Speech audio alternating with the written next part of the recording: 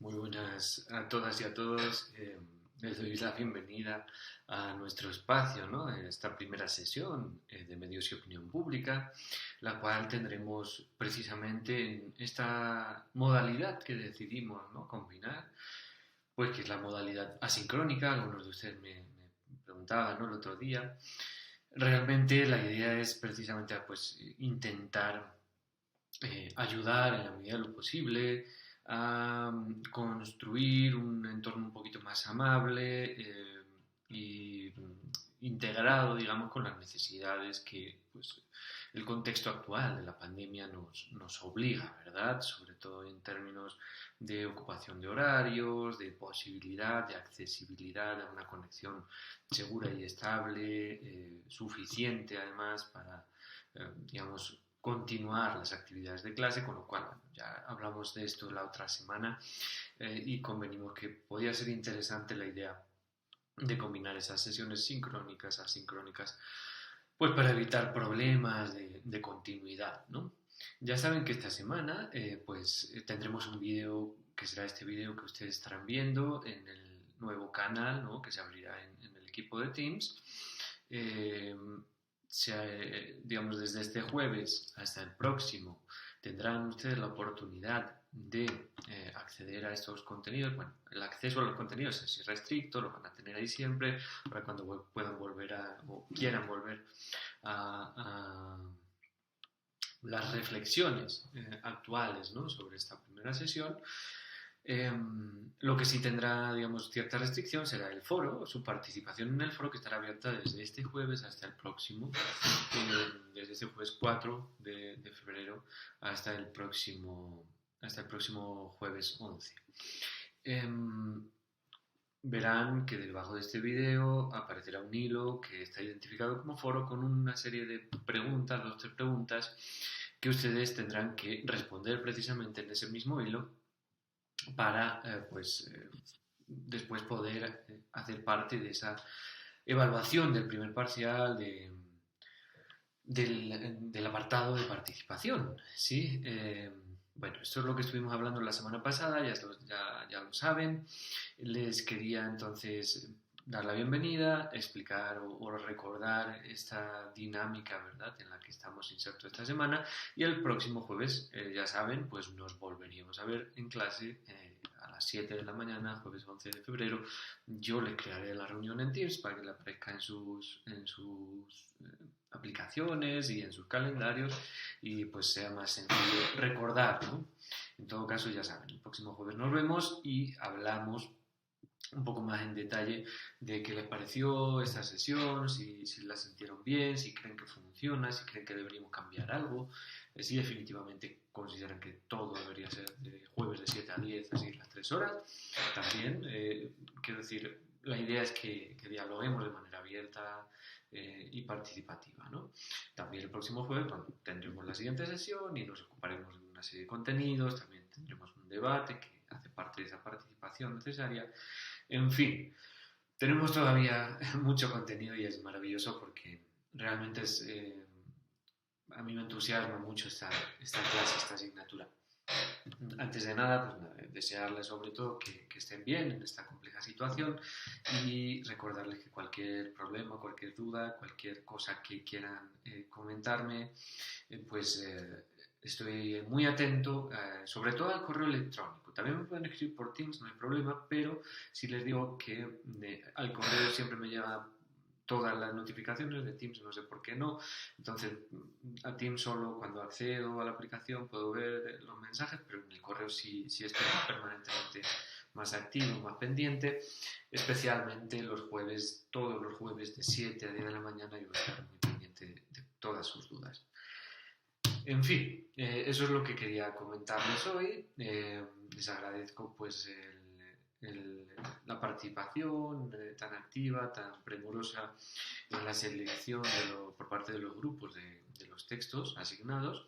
Entonces ya saben que semana a semana van a tener que ustedes enviarme sus presentaciones, háganlo en el formato que mejor deseen, de la manera que más fácil pues sea, a veces Teams da problemas para cargar ciertos archivos, en fin, yo no tengo ningún problema, ¿sí? El correo está, en el WeTransfer puede ser, por cualquier plataforma que ustedes conozcan y les sea más amistosa.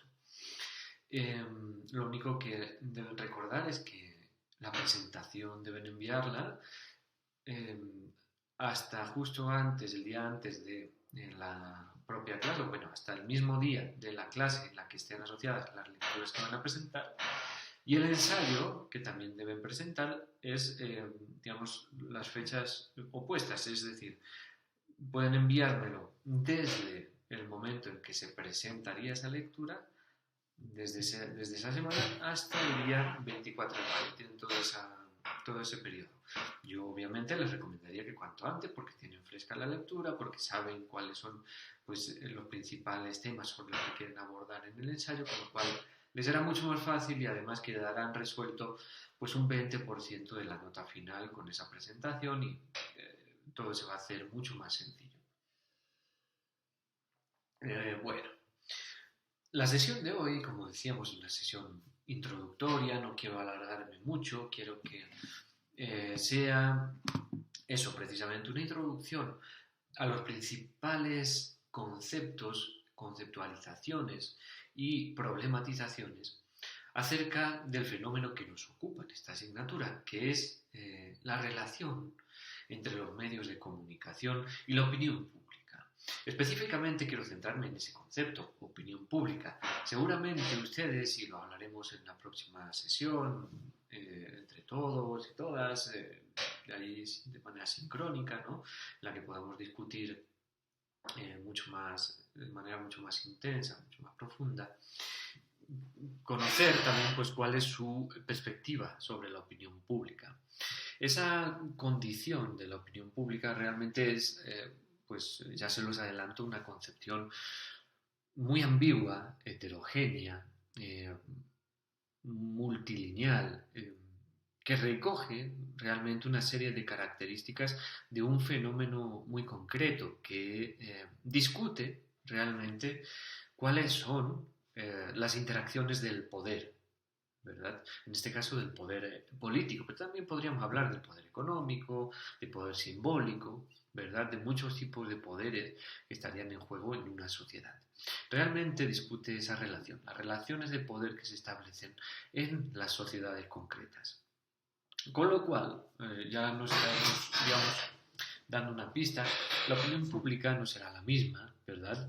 En Colombia en 2021 que en Colombia en 1986, por ejemplo, por decir un ejemplo, o en 2005, ¿sí? O 2006, en plena escalada de la violencia, del conflicto, o en Myanmar, por ejemplo, esta semana, ¿sí? Que ustedes saben, ha recibido un golpe de Estado, o en, digamos, la Alemania nazi, o en la España del año 78 y el inicio del periodo democrático. Realmente estamos hablando de diferentes opiniones públicas. ¿Por qué? Porque la configuración de esa opinión pública depende del contexto sociopolítico en el que se integra, ¿sí? En el que se desarrolla, en el que se produce. Entonces, la primera respuesta más intuitiva que tendría que darles yo acá es que no existe una opinión pública, sino muchas, casi que infinitas, ¿verdad? Opiniones públicas. Existe una conceptualización de la opinión pública, una problematización. Realmente la opinión pública, finalmente, es más un discurso, ¿sí? Es la respuesta a una problematización concreta en torno a esas relaciones de poder. Ahora bien, obviamente podemos definir una serie de características importantes, imprescindibles, sobre lo que, digamos, sobre las que asentar esa discusión de la opinión pública. Realmente es el concepto clave para comprender precisamente las relaciones de poder establecidas y sobre todo cuáles son los límites, cuáles son los problemas que produce y cuáles son las potenciales tendencias y soluciones que se pueden construir al corto, mediano y largo plazo dentro de esas relaciones de poder. Con lo cual, podemos hablar de una opinión pública como un quién, ¿sí? Podemos hablar de una opinión pública como un qué, podemos hablar de una opinión pública como un dónde o como cuándo se ejerce, ¿verdad? También. Y bueno, posteriormente ya hablaremos también un poco más del caso contextualizado, aunque no será hoy. Realmente, la opinión pública o el concepto de opinión pública nace, como han leído seguramente ya en el texto de Víctor Sampedro, y si no, pues les recomiendo que lo hagan para poder continuar y seguir mucho mejor esta presentación que hoy les traigo, bueno, nace realmente en el siglo XVI, muy en el entorno de los inicios del movimiento de la Ilustración, del pensamiento iluminista. En la comprensión o en la necesidad de comprensión de la capacidad de poder político, ¿sí? O de participación de los agentes que hacen parte de la ciudadanía, del pueblo, frente a aquellos agentes que hacen parte de la representación misma del poder, pues surge la necesidad de reconocer quién haría parte de esta opinión pública, qué sería, cómo se constituiría esta opinión pública y bueno, cómo, cuándo, dónde y por qué también se constituye esta opinión pública y a qué razones responde. No obstante, realmente el concepto de opinión pública responde muy bien a ese drama o ese dilema clásico que el propio Víctor Sampedro nos indica en su texto entre la dogma polion, ¿sí? La creencia popular o la creencia pública, y la vox populi, la voz del pueblo. ¿Sí? Básicamente eso nos está hablando de la diferencia entre una opinión pública de corte racional, de corte argumentativo, y una opinión pública más emotiva, ¿sí? Más reactiva frente a procesos de corte emocionales. Ambas reacciones hacen parte de la opinión pública. La opinión pública es en momentos racional y en momentos emotiva, ¿sí? En momentos responde en mayor medida a argumentos sólidos, ¿verdad? Racionales, y en momentos responde también en mayor medida a incentivos, ¿sí? A formas de persuasión de corte emocional. En ese sentido, pues el desarrollo el concepto y la importancia de la opinión pública también aparecen pues en el pensamiento renacentista y en la necesaria renovación de los valores clásicos que presenta pues, este pensamiento, específicamente en la figura de Nicolás Maquiavelo, en su confrontación, en la tensión también que surge, si lo han leído y si no la lean, la obra del Príncipe, entre el concepto de fama y el concepto de virtud. ¿Sí? El concepto de fama nos estaría hablando de la necesidad por parte del príncipe, del comendador, del regente político, del representante político, de contar con una serie de valores que apelan a la reputación, ¿sí? A el reconocimiento por parte de los otros, en este caso de los gobernados, mientras que el concepto de virtud respondería más a una serie de valores asociados a la capacidad de gobernar, ¿sí? A la justicia, a la sabiduría, ¿sí? Realmente esta confrontación, esta tensión también nos está hablando de algo muy interesante que aparece en el texto mismo de Víctor Sampedro, que sería la reacción de la propia opinión pública y la constitución de las relaciones de poder y de ese juego de influencias que aparece acá en la diapositiva, en las condiciones o en torno a las condiciones en las que surge la opinión pública. La opinión pública, como decíamos, surge o se piensa como un problema necesario dentro de la configuración de relaciones de poder público, de poder político. En este caso, independientemente del tipo de poder del que estemos hablando y de representación, entre aquellos que realmente tienen el poder, que en general pues, estamos hablando del pueblo en sí, de la ciudadanía, y aquellos que representan el poder, ¿sí? Que serían, en este caso, si hablamos de poder político, pues las esferas políticas, hablemos de gobiernos, instituciones, judicatura, legisladores, etcétera. En esa tensión, ¿sí? La cesión por parte de aquellos a quienes naturalmente responde el poder, que como decíamos es el pueblo, esa cesión de poder a los representantes políticos o los representantes públicos se da en la medida en que el pueblo se convence de que los representantes pueden gestionar en mayor medida ese poder, que básicamente está hablando de los recursos de todos, ¿sí? Es decir, la convicción de que la cesión del poder en torno a los representantes políticos o públicos es la manera más efectiva de gestionar los recursos del pueblo, de la ciudadanía, ¿sí? Hacer más eficiente la gestión de los recursos de todos. Esa convicción se da precisamente en la capacidad de que aquellos representantes en los que se cede ese poder logran convencer al pueblo con base en valores que están representados en los conceptos de capital simbólico, ¿sí? Es decir, valores de reconocimiento, valores de reputación, todo aquello que nos hablaba Nicolás Maquiavelo en el concepto de fama, y el capital cultural, valores de sabiduría, de conocimiento, de justicia, de ética, ¿verdad?, que estarían representados en el otro concepto, el concepto de virtud. Como decíamos, realmente el concepto de opinión pública o la manera en la que pensamos la opinión pública es en torno a un juego de influencias. Y ese juego de influencias está basado en la capacidad de esos representantes de convencer a aquellos que ostentan ese poder, ¿verdad? El juego de influencias del que hablamos, pues está, digamos, desde una perspectiva weberiana. Es decir, cuando Max Weber habla de la opinión pública, nos dice que, pues,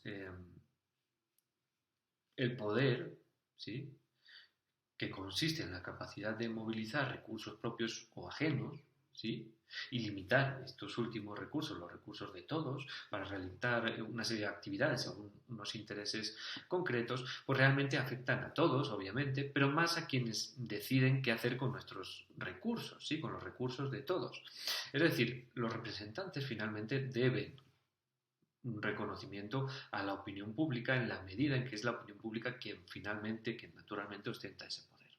Y esa necesidad de reconocimiento por parte de la opinión pública se ha de hacer, ¿sí?, de dos formas. Según Max Weber, es a través de la persuasión, ¿sí?, como estábamos diciendo, que conlleva, pues, una comunicación de una serie de símbolos, ¿sí?, ambiguos, que están asociados, como decíamos, a un capital simbólico, un capital cultural, que tienen que ver con el diferente tipo de sociedades en el espacio y en el tiempo. No es lo mismo, no se reconoce de igual manera el poder público en Colombia que en el sudeste asiático o en Europa. En fin, en cada lugar existe una serie de condiciones y en cada momento existe una serie de condiciones. Piensen, por ejemplo, en los políticos actuales, ¿sí?, en la necesidad de demostrar una serie de capacidades que no tienen nada que ver con el ejercicio del poder público, pero que tienen que ver con una forma de representación o de cercanía con aquellos a los que se supone representan.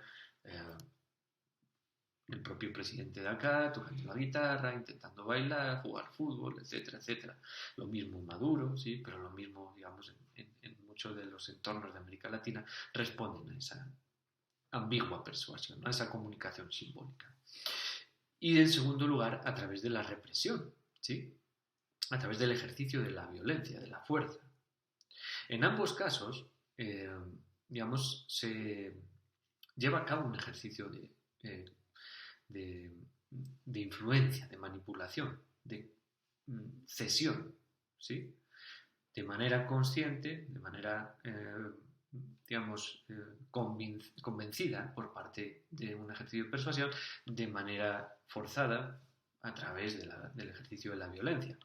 En cualquier régimen de representación, esa estrategia dual, fuerza, violencia, persuasión, se desarrolla en cualquier forma, ¿sí? No tenemos que hablar de dictaduras, por ejemplo, para saber que las democracias también apelan al ejercicio de la violencia para ejercer un poder de influencia sobre la opinión pública, ¿sí? Por ejemplo, la represión en las manifestaciones que son legalmente constituidas es un ejercicio de represión, ¿sí?, es un ejercicio de violencia en la medida en que procura convencer, o no convencer, pero sí persuadir a través de la fuerza a la opinión pública de el desarrollo de un conflicto, en este caso, en el que la sociedad civil, la opinión pública activa, se moviliza frente a la representación política. Esa representación puede, digamos, negociar a través de elementos persuasivos, simbólicos, o puede mandar a la fuerza pública para reprimir a través de la violencia y lograr que finalmente esa opinión pública movilizada se desmovilice, convencida, ¿sí?, finalmente, de que la represión es más fuerte que el sostenimiento de los cambios, los valores, ¿verdad?, que llevan a la movilización. Es una manera muy poco ética, ilegítima, que no representa los valores supuestos de la democracia, pero es una manera que también utiliza la democracia. Obviamente, digamos, sociedades de corte democrático liberal priorizan en gran medida, aunque no siempre y cada vez menos, el ejercicio de la persuasión frente al ejercicio de la violencia, pero ambas coexisten. En el caso de las dictaduras, al revés, se prioriza obviamente el ejercicio de la violencia frente a la persuasión porque saben que no tienen argumentos racionales por los cuales decir: yo, que me autoconvoco como líder, como representante, soy, digamos, el mejor de los, bueno, quien de manera más eficiente va a gestionar sus intereses. No obstante, también ejercen la persuasión, y ustedes saben que todas las dictaduras cuentan con una base social muy amplia dentro de las sociedades en las que se insertan, ¿sí? En la medida en que esa base social sea cada vez más reducida, mayor ejercicio de violencia van a tener que desarrollar en las sociedades. Bueno, en fin, esa dualidad también ejerce, digamos, hacia el interior y el exterior de las sociedades de representación. Es decir, normalmente el poder político suele intentar ejercer la persuasión hacia dentro de sus ciudadanos, mientras que hacia afuera de las fronteras intenta o prioriza el ejercicio de la violencia. No hay más que ver la inmersión, pues, de la supuesta democracia del mundo, que es Estados Unidos, en el sinfín de guerras desde que se constituye como una potencia o como la principal potencia política occidental, ¿no? Bueno, a partir de aquí, ¿sí? La opinión pública, como decimos, tiene la capacidad, ¿verdad?, de reconocer o de no reconocer el poder político, ¿sí? Esa capacidad de reconocimiento estaría en la capacidad de movilización también y en el tipo de movilización de intereses en los que la opinión pública reaccionaría, ¿sí?, frente a la toma de decisiones públicas. Quienes más preocupados de la opinión pública deben siempre estar son los tomadores de decisiones, los representantes. ¿Cuándo, digamos, estarían más expuestos estos poderosos a la opinión pública?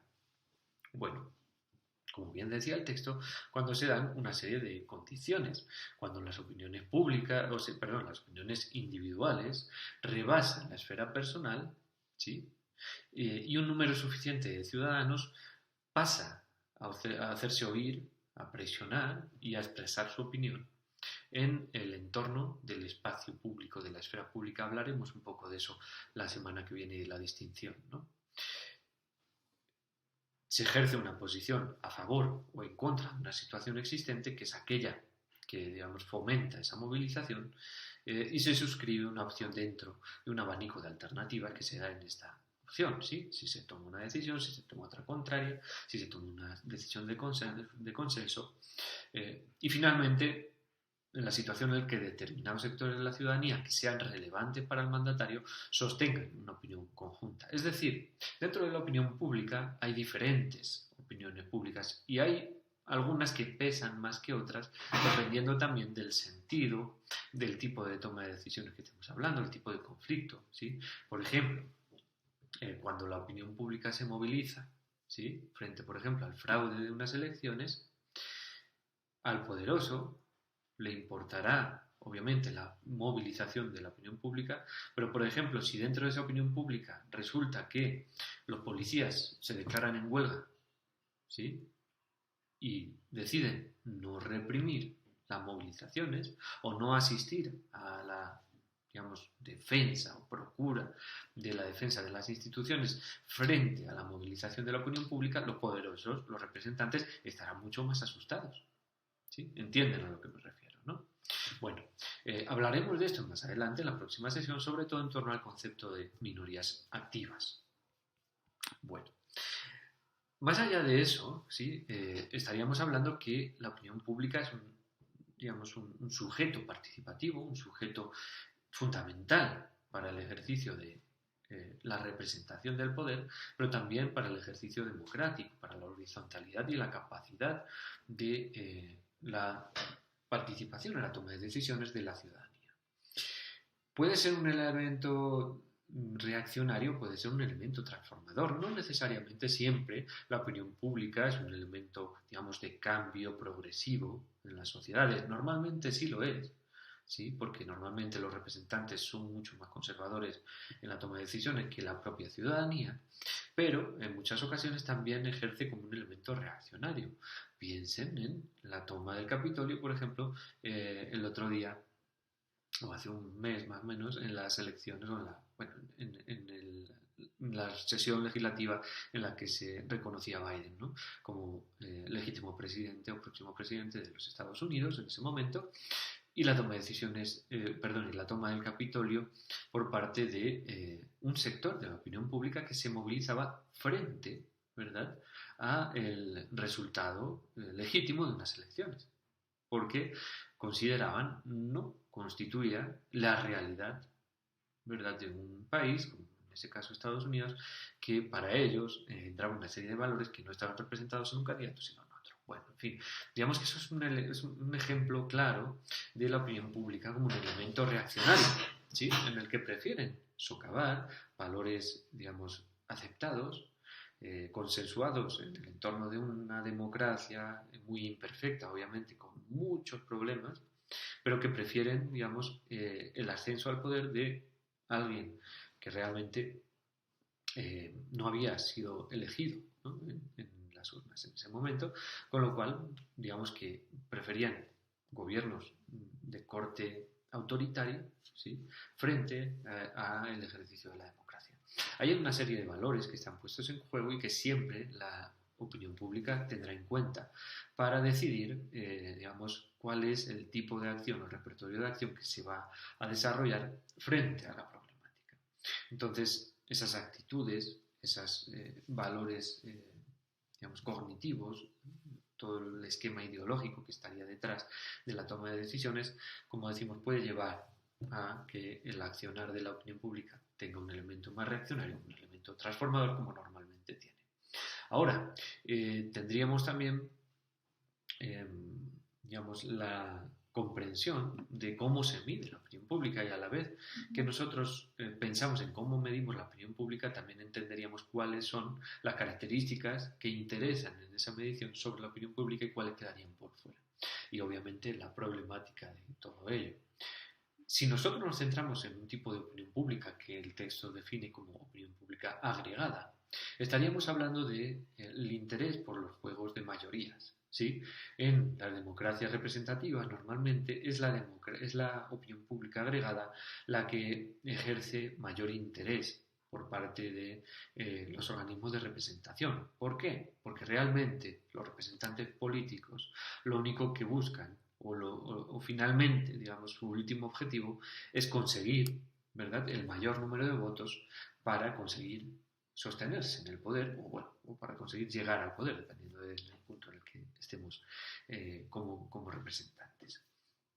Esa opinión pública agregada obviamente tiene una serie de beneficios, y es que es capaz de pues llegar a mayor número de personas, es capaz de ser mucho más ágil, de tomar una serie digamos, de medir el clima de opinión, hablaremos más adelante de eso, de una manera mucho más fácil, mucho más rápida, rauda, urgente, que responde quizá a ciertos intereses pues, muy concretos, coyunturales, ¿verdad? Pero tiene muchos inconvenientes, ¿verdad?, muchos problemas, en la medida en que es una opinión pública que pues prioriza, digamos, ciertos valores elitistas, ¿sí? Abandona el necesario pluralismo, Y finalmente se queda tan solo con la toma de decisiones de la mayoría de la opinión pública, pero no le interesa ni el por qué la mayor parte de la opinión pública llega a una conclusión, ni cómo se llega a esa conclusión, ni cuál ha sido el debate detrás, ¿sí?, de esa toma de decisiones mayoritaria. Finalmente, le preocupa muy poco o nada la opinión pública de las minorías dentro de ese gran bloque de aquellos que son representados, ¿no?, y de aquellos que son afectados por la toma de decisiones. Quizá dentro de las minorías haya afectados, digamos, de manera mucho más intensa, que deberían ser priorizados en la construcción del tema de opinión, no solo para una gestión más eficiente, sino para también la capacidad de reacción frente a la posible toma de acción por parte de la sociedad civil. En muchas ocasiones ha ocurrido en nuestras sociedades que aquellos que se suponía no eran esa mayoría, ¿verdad?, finalmente consiguen, digamos, sumar apoyos precisamente por el olvido, por la incapacidad de los representantes públicos de ofrecer soluciones, de ofrecer alternativas en un ejercicio de poder efectivo, incluyente y horizontal, ¿verdad? Claro es el ejemplo, año 2006, de la Bolivia en la que gana Evo Morales las elecciones, precisamente en un lugar donde se suponía las perspectivas más institucionalistas o no institucionalistas se llevaron las manos a la cabeza porque no entendían muy bien por qué, digamos, desconocido internacionalmente, conocido nacionalmente, pero un político sin trayectoria, que era un líder sindical, digamos, cocalero, de origen aymara, logra, con un partido que no existía o que era muy, digamos, liminal, marginal en el contexto institucional político de Bolivia, en un sistema semiparlamentarista muy, el más, decían, ¿no?, el más estable de América Latina, que copiaba el sistema francés precisamente para conseguir esa estabilidad. Logra llegar al poder y logra refundar, digamos, el Estado institucionalmente, con la Asamblea Constituyente, en fin, todo lo que hay detrás, no quiero centrarme mucho, ¿no? Y realmente lo que ocurre es precisamente que el ejercicio perfecto de la democracia representativa, que podríamos decir, se escondía en ese diseño institucional de lo que era el sistema semipresidencialista boliviano, ocultaba realmente los principales problemas de la ciudadanía, ¿verdad?, de una ciudadanía que estaba menoscabada, que aumentaban los índices de desigualdad, de pobreza, y que no era representada y no era escuchada. Bueno, finalmente esa ciudadanía se gira, ¿verdad?, en torno a este movimiento político concreto y logra lo que parecía imposible, ¿sí?, que era derrocar, digamos, un sistema que sobre el papel, sobre la teoría, era perfecto. Bueno, esto es un ejemplo para hacerles entender, digamos, cuáles son los problemas, los graves problemas que una toma de decisiones en torno a una mayoría, una opinión pública agregada, podría o puede o finalmente produce, ¿no?, en los sistemas de representación. Ahora bien, existe otro tipo de opinión pública, que es la opinión pública discursiva, que es aquella que se hace en los entornos más locales, en los entornos cotidianos, en los que se ejercen los diálogos, debates entre los representantes, entre aquellos que hacen parte de la gran esfera de la opinión pública, ¿sí? Y esas opiniones públicas discursivas son las opiniones públicas de las minorías, son desagregadas, con lo cual son muy plurales, encierran la totalidad de los intereses de la ciudadanía en concreto, y digamos, tienen todas las respuestas que los representantes públicos necesitarían para el ejercicio efectivo, ¿sí?, de la toma de decisiones. Obviamente la opinión pública discursiva, como dice el texto, estaría más asociada a un ejercicio de democracia directa, en el que no existieran barreras entre representantes y representados, sino que se ejerciera el poder entre todos. Hay diferentes formas históricamente, desde el anarcosindicalismo, el comunismo libertario o el ejercicio de formas, digamos, comunitarias, indígena originarias en América Latina, por ejemplo, en la rotación de cargos, en la democracia del Ayllu, en fin, tenemos diferentes maneras de comprender, ¿no?, esa democracia directa. Ahora bien, es verdad que también pues, tiene una serie de inconvenientes como el hecho de no ser muy eficiente en los tiempos, de necesitar digamos, una gran necesidad de inversión de recursos para la toma de decisiones, recursos materiales, pero también recursos, como decíamos, como temporales, la propia energía que se necesita por parte de la ciudadanía, el interés mismo de la ciudadanía en hacer parte de esa toma de decisiones. No a todos los ciudadanos les interesa la democracia directa porque no a todos les convence el ser parte de esa toma de decisiones, con lo cual, bueno, también presenta una serie de inconvenientes que hacen complejo pues, el desarrollo, ¿verdad?, de una forma utópica de democracia directa. Pero nos sirve muy bien para explicar esa diferencia entre estos dos tipos de opiniones públicas que, no obstante, siempre están presentes en todo ejercicio de poder. Incluso en los más represivos existe opinión pública discursiva, que no se toma en cuenta, que funciona de una manera subterfugia, latente, ¿verdad?, mesetaria en términos de Guattari o de Deleuze, pero que finalmente consigue también constituir ciertos entornos de ejercicio de presión política. Ejemplo de dictaduras y movimientos perseguidos, movimientos no reconocidos, movimientos políticos, ¿no? Bueno, ¿dónde se ejerce esta opinión pública? La teoría digamos, clásica institucional, la democracia liberal, habermasiana, nos habla de que finalmente esta opinión pública se ejercería, ¿verdad?, en lo que se conoce como esfera pública. Nosotros tenemos aquí una representación, por ejemplo, de lo que sería pues, una sociedad en concreto, que sería este círculo más grande. Este círculo grande podría ser Colombia, podría ser América Latina, podría ser Bogotá, podríamos, digamos, dependiendo de los niveles de los que hablemos, ¿no? Pero pongamos que es cualquier sociedad, la sociedad colombiana, ¿no? En este círculo grande estarían encerrados todos los ciudadanos de la sociedad colombiana. En este pequeño círculo verde, ¿sí?, más chiquitico, tenemos a los representantes políticos, ¿verdad?, que son quienes tienen la capacidad de ejercer el poder público y de tomar las decisiones por parte de todos, en los recursos, en torno a los recursos del total de la ciudadanía. Entre la esfera que engloba a todos los ciudadanos y la esfera que engloba a los representantes públicos, se encontraría una esfera de interacción que sería la esfera pública, en la que de manera representativa, de manera teórica, de manera utópica, un deber ser, ¿verdad?, los representantes públicos, los representantes políticos acudirían, ¿verdad?, para conocer las opiniones de la ciudadanía, las opiniones pues, ya, digamos, discutidas, sobre todo compartidas, ¿verdad?, por un número suficiente de ciudadanos en torno a la toma de decisiones que se ha realizado en esta pequeña esfera, ¿verdad?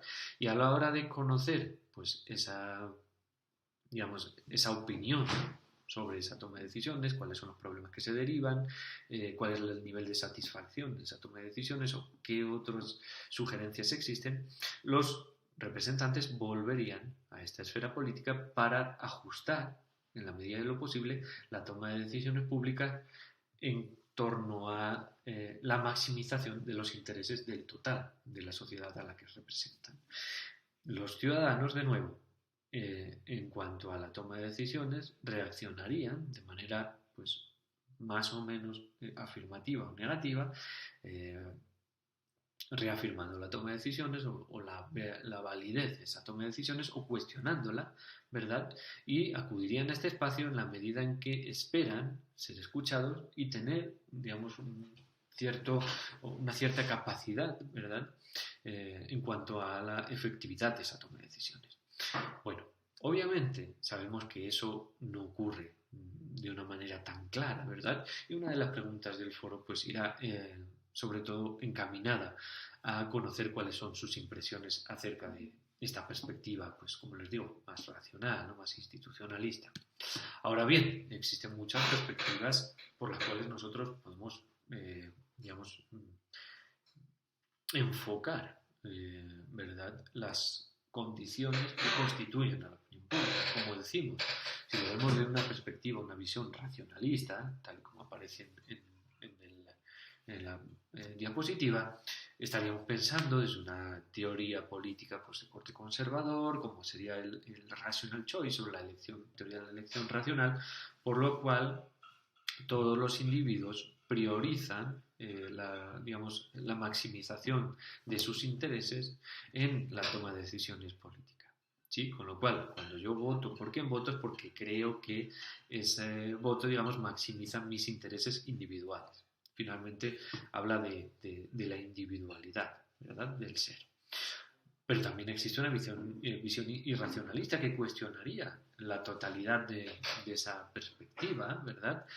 Y que pues, pondría el foco, por ejemplo, en si fuera real eso que nos propone en la teoría de elección racional, donde estarían valores como la solidaridad, ¿verdad? La empatía, la capacidad digamos, de cambio, ¿sí? De transformación, o de reconocimiento de los errores propios. Hay una serie de cuestiones que son fundamentales en la toma de decisiones políticas y públicas y que aluden pues, a valores que están detrás de explicaciones teóricas como la sociología de las emociones, el propio concepto de populismo, ¿sí? Todo el tema de la posverdad, pero también las teorías más cercanas a la capacidad de cambio social, que estarían diciendo, bueno, no estamos maximizando intereses, ¿verdad?, racionales concretos, sino que hay una serie de intereses también que no hacen parte solo del interés del individuo, sino también de intereses de corte social. También tendríamos visiones... Perdón, voy a tomar un traguito de agua.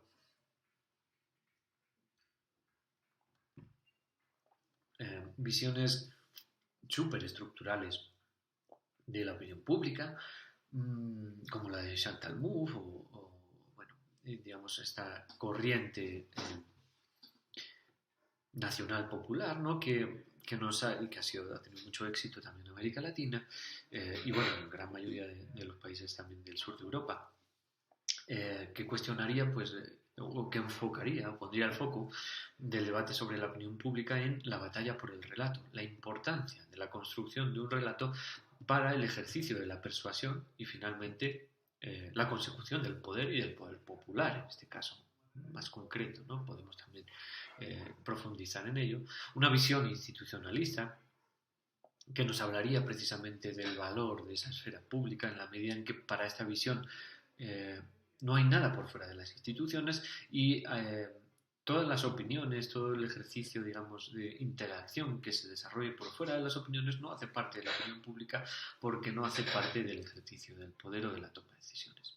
Y una visión crítica que cuestionaría de nuevo pues, esta perspectiva y que nos hablaría de la importancia de la construcción de entorno de movilización, de organización sociopolítica, por dentro y por fuera, obviamente, de las instituciones y por fuera también de la comprensión de las formas de construcción política de las democracias liberales actuales. Bueno, tenemos todas esas perspectivas, ¿verdad?, sobre la opinión pública, con lo cual nos estamos adentrando, como decíamos, en un campo muy prolijo, muy rico, ¿sí?, en interpretaciones, con lo cual pues tendremos que reflexionar, tendremos que ser, o les pido que seamos muy participativos y sobre todo que a partir, y en esta clase es fundamental, ¿verdad?, a partir de la reflexión propia, de las consideraciones propias, del ejercicio mismo, ¿verdad?, de las formas o de la opinión, en este caso individual, pero en la capacidad de poder o no convencer, de argumentar, ¿verdad?, con sus propias consideraciones, logremos encontrar espacios de diálogo, de discusión, ¿sí?, y de consenso,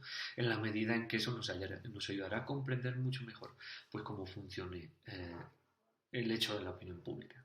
A partir de aquí, las próximas semanas dedicaremos espacios ya, digamos, más centrados en el hecho mismo de la interacción. Posteriormente incluiremos el papel de los medios de comunicación comunicación, ¿verdad? En toda esta relación de poder, como decíamos, y poco a poco iremos, digamos, trayendo hacia la actualidad, hacia las consecuencias y las causas actuales, ¿verdad? De ese ejercicio de la opinión pública y cómo y por qué se construye de la manera en la que se construye. Después hablaremos ya de herramientas, haremos una serie de ejercicios analíticos una vez hayamos comprendido pues esa totalidad de perspectivas y tendremos, yo creo, pues todos los elementos básicos para poder construir esos análisis de manera rigurosa, certera y que todas y todos pues podamos comprender bien el valor, ¿verdad? Y la complejidad del trabajo sobre la opinión pública y en este caso desde el punto de vista de la relación con los medios de comunicación, en un sentido muy amplio. Vamos a dejarlo aquí porque ya llevamos 3 cuartos de hora, yo les dije que no íbamos a pasar mucho más de acá, con lo cual creo que son muchos contenidos y muy interesantes para reflexionar esta semana. Como les digo, vean este vídeo, que ya lo están viendo, lean la lectura de Víctor San Pedro, ¿sí? Por lo menos, que es la de esta semana, y respondan a las preguntas que aparecerán justo debajo de este vídeo en el foro de nuestro canal de Teams. Les deseo muy buena semana, ya saben que cualquier duda, cualquier problema, estoy muy atento a su correo y nos vemos el próximo jueves.